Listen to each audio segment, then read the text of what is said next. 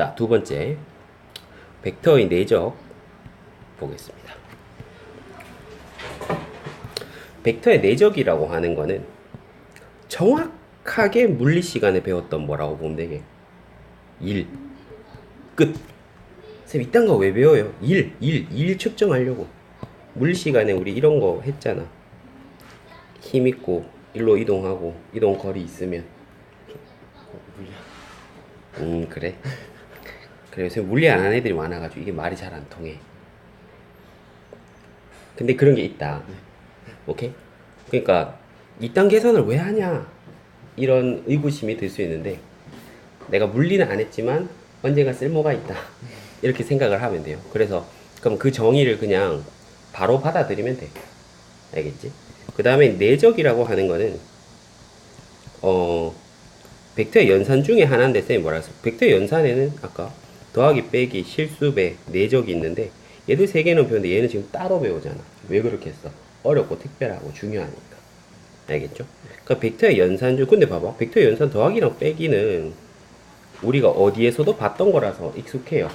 실수의 연산 수의 연산도 더하기가 있고 빼기가 있잖아. 맞죠? 근데 내적이라고 하는 거는 처음 보는 개념이란 말이야. 알겠죠? 하지만 굳이 이제 비교를 하자면 이거는 뭐다? 수의 곱셈에 해당한다고 보시면 돼요.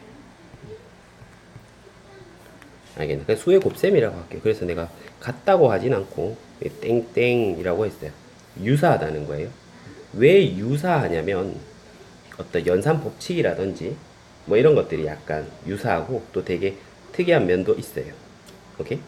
그러면 좀 다짜고짜 내가 내적의 정의를 바로 말할 거예요. 내적의 정의는 뭐냐?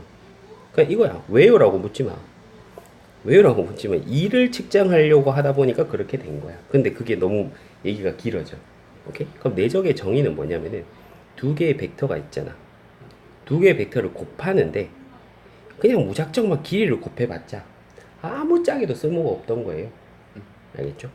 그럼 어떻게 하면은 실제로 좀 쓸모 있는 계산이 나오냐면 얘를 한 놈을 한 놈에다가 수선을 내려. 알겠어? 한 놈을 한 놈에다가 수선을 내려. 그럼 요 길이 있잖아. 오케이? 수선의 요 빨간 길이 곱하기 파란 길이. 이게 바로 내적이에요. 무슨 말인지 알겠나? 무슨 말인지 알 것도 없이. 그건 정이니까. 그러니까 정이니까 그냥 외워라고 하는 건 쌤 좀 싫어하는데 어떤 그런 맥락을 얘기해주면 좋은데 그러면 너무 깊어져서 그냥 그림을 외우시면 돼요. 알겠습니까? 그럼 우리는 이것을 A 벡터라고 하고 이거를 B 벡터라고 할 때 여기서 빨간색 길이와 파란색 길이를 곱한 것을 A와 B의 내적이라고 부릅니다. 알겠죠? 그러면은 표현은 어떻게 하냐면은 수의 곱셈이랑 느낌 비슷하다 했잖아. 수 우리 곱하기 할 때 점으로 찍어서 표현하는 경우도 꽤 많잖아. 맞죠? A 내적 B는 이렇게 점으로 찍어서 표현을 합니다. 알겠죠? 그럼 A 내적 B가 뭐냐라고 물으면은 이 빨간 길이 곱하기 파란 길이라고 보시면 되는 거예요. 이해됐어? 빨간 길이 곱하기 파란 길이. 어디 가가지고 저 따위로 대답하면 처맞겠지. 맞죠? 그래서 다른 표현을 하나 해보면 그럼 쌤 빨간 길이 저거 어떻게 구해요? 쉬워요. 이 각을 내가 세타라고 합시다. 그러면 이 길이는 우리가 절대값 A 이렇게 표현할 수 있잖아요. 이 까만 길이 동의합니까? 맞죠? 그러면 저 빨간 길이는 어떻게 표현할 수 있어? 우리 삼각함수에서 열심히 연습했잖아. 만약에 이게 세타고 이게 A야. 그럼 이 길이 어떻게 표현할 수 있어? 대답 너무 마음에 듭니다. A 코사인 세타죠. 그러면 요 길이가 지금 현재 절대값 A니까 요 길이는 어떻게 되겠어? 절대값 A 크기에다가 코사인 세타를 곱한 것 이렇게 되겠죠. 그럼 이게 빨간색 길이거든. 맞아요? 그럼 파란색 길이는 뭐가 되겠어? 그 대놓고 비절대값이겠지. 동의합니까? 오케이? 그러면 이거를 조금 더 예쁘게 쓰면 이렇게 쓸 수 있겠네. A 크기 곱하기 B 크기 곱하기 코사인 세타 이렇게. 무슨 말인지 알겠어? 오케이? 이게 바로 내적입니다. 쉽죠? 쉽죠? 그래서 내적은 내적을 구하시오 그러면은 이제 이 공식을 외우는 학생들은 당연히 A와 B의 내적을 구해봐 그러면은 당연히 뭐 찾겠어. A 크기는 얼마지? 맞죠? B 크기는 얼마지? 걔들이 이루는 각은 얼마지? 이런 식으로 알아보려고 하겠죠. 무슨 말인지 알겠어? 오케이. 그리고 지금 이거는 뭐예요? 내적을 화살표로 나타냈을 때의 결과잖아. 근데 있잖아. 우리는 앞전에 벡터를 화살표 말고 뭐로도 표현할 수 있다는 걸 알았어. 자, 좌표라는 표현보다는 성분이라는 표현이 정확하다 했죠. 맞습니까? 그러면은 이 A 벡터와 B 벡터가 만약에 성분이 존재한다면 이 내적은 어떻게 될까? 궁금하잖아. 맞죠? 왜? 성분으로 덧셈을 어떻게 하는지도 구경해봤고 성분으로 뺄셈을 어떻게 하는지 성분으로 실수를 어떻게 하는지도 다 봤으니까 성분으로 내적이 어떻게 계산하는지도 당연히 봐야겠죠. 그럼 A 벡터를 성분을 A1, A2라고 하고 B 벡터 성분이 B1, B2라고 하면은 이 내적이 어찌 될까를 구경을 해볼 거예요. 근데 이게 너무 매력적입니다. 일단 니는 구경한 적 없잖아. 찍어봐. 왠지 어떻게 될 것 같아? 왠지 어떻게 되면 그냥 계산이 되게 좋을 것 같아. 아까 A 벡터 맞죠? 더하기 B 벡터는 그냥 A1 더하기 B1 맞죠? A2 더하기 B2 뭐 이런 식이었고 빼기는 빼기였고 이렇게 했잖아. 오케이? 찍어봐. 찍는 거니까 틀려도 돼요. 부담 없이. 쌤 왠지 성분끼리 어떻게 계산하면 좋을 것 같아요. 곱하는 거 맞지? 그럼 어떻게? A1과 B1과 A2와 싹 다 곱한다. 뭐 그런 것도 생각할 수 있겠네, 맞지? 그러니까 결론부터 말하면 x끼리 곱하고 y 이제 정확히 말하면 이 원 성분끼리 곱하고 이 투 성분끼리 곱해서 더한다 이렇게 되는 거예요. 무슨 말인지 알겠나? 오케이? 그래서 어때요? 계산이 엄청 간단하잖아. 오케이? 그래서 성분은 너무나 사랑스러운 벡터의 표현 방법이다 라는 거예요. 오케이? 그러면 이제 이거를 외웁니다. 앞으로 벡터의 내적을 구하시오라고 하면은 벡터의 내적을 구하시오라고 하면은 구하는 방법은 몇 가지다로 받아들인다? 세 가지다. 알겠죠? 세 가지다. 그러면 그냥 이렇게 나는 대답할게. 그럼 첫 번째 방법은 뭐냐? 첫 번째 방법은 이렇게 말할게. 정의는 정의인데 그림 정의.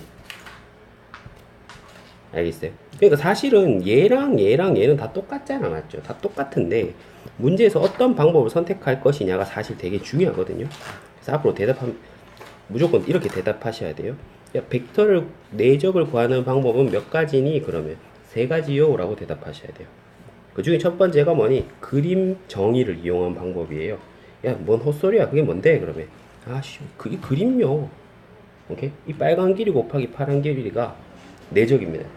그 다음에 두 번째는 뭐라고 대답하냐면 공식을 이용하는 방법이 있어요 라고 대답해요.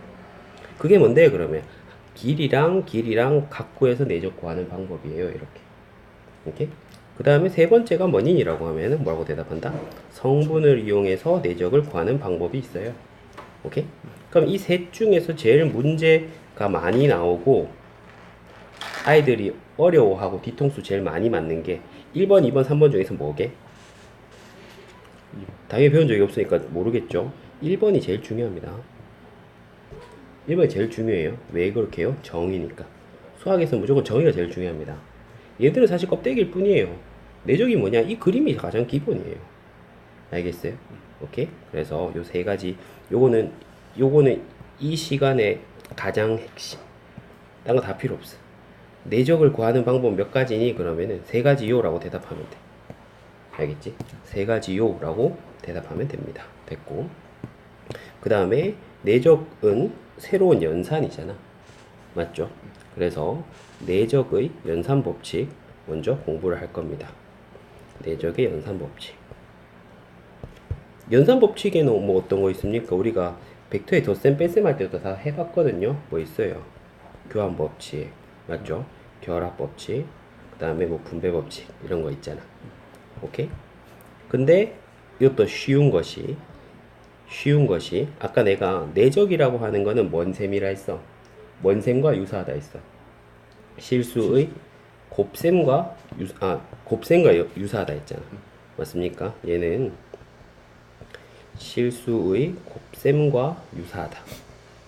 요거를 포인트로 잡아두시면 됩니다. 그러면은 결과를 보지 않고 대답 한번 해볼래? 곱셈과 유사하다 했으니까 A 내적 B랑 B 내적 A는 같겠니? 다르겠니? 같겠죠. 맞지? 왜? 실수의 곱셈에서 A 곱하기 B랑 B 곱하기 A가 같았으니까. 맞죠? 내적에서도 이 교환법칙이 같습니다. 근데 이 교환법칙이 같다는 거는 결과만 외우지 말고 이 좀 과정도 잘 볼 필요가 있어요. 왜? 내적은 정의가 제일 중요하니까. 교환법칙이 성립한다는 건 이 말이에요. 얘를 여기다 수선을 내려가지고 이 길이 곱하기 이 길이 하는 게 내적이잖아. 맞지? 근데 거꾸로 얘를 수선 내려가지고 이 길이 곱하기 이 길이도 할 수 있다는 거야. 근데 그 값이 어떻다? 같다는 거예요. 무슨 말인지 알겠어? 오케이?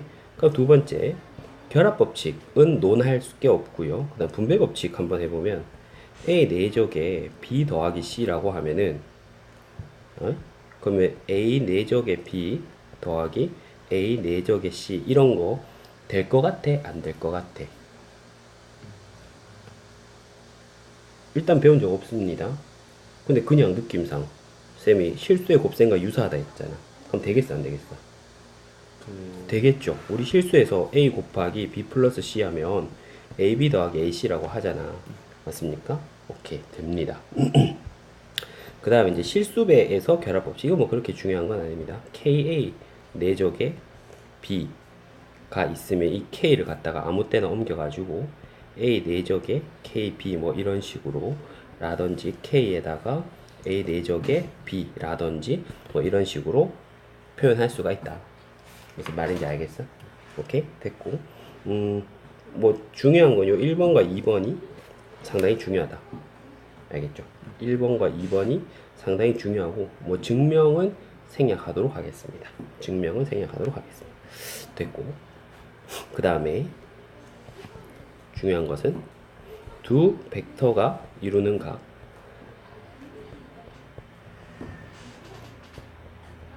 두 벡터가 이루는 각은 어떻게 구하냐면 두 벡터가 이루는 각을 구하시오 그러면 무조건 뭘 찾아야 되냐면은 성분을 찾아야 돼요. 성분을 이용해야 돼요.